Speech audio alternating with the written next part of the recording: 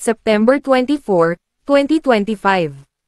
Kapalaran nina Estrada at Revilla, nakasalalay kay Bernardo Zoldico, hindi proper, na ipatawag sa pagdinig sa Senado. Isang real-life drama series na sinusubaybayan ng sambayanang Pilipino ang pagdinig ng Senate Blue Ribbon Committee sa Flood Control Project Anomalies dahil sa plot twists at mga bagong karakter na isinasangkot. Inaabangan ang pagpapatuloy ng Blue Ribbon Committee inquiry sa Huwebes, September 25, 2025.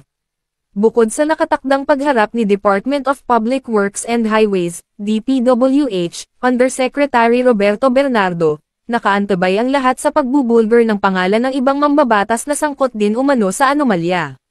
Sa sinumpaang salaysay na binasa ni dismissed Bulacan 1st District DPWH Engineer Henry Alcantara sa Blue Ribbon Inquiry noong Martes, September 23, sinabi nitong si Bernardo ang nagsabi sa kanyang bigyan ng parte sa pondo ng flood control project sina Senator Jinggoy Estrada, Senator Joel Villanueva, at former Senator Bong Revilla.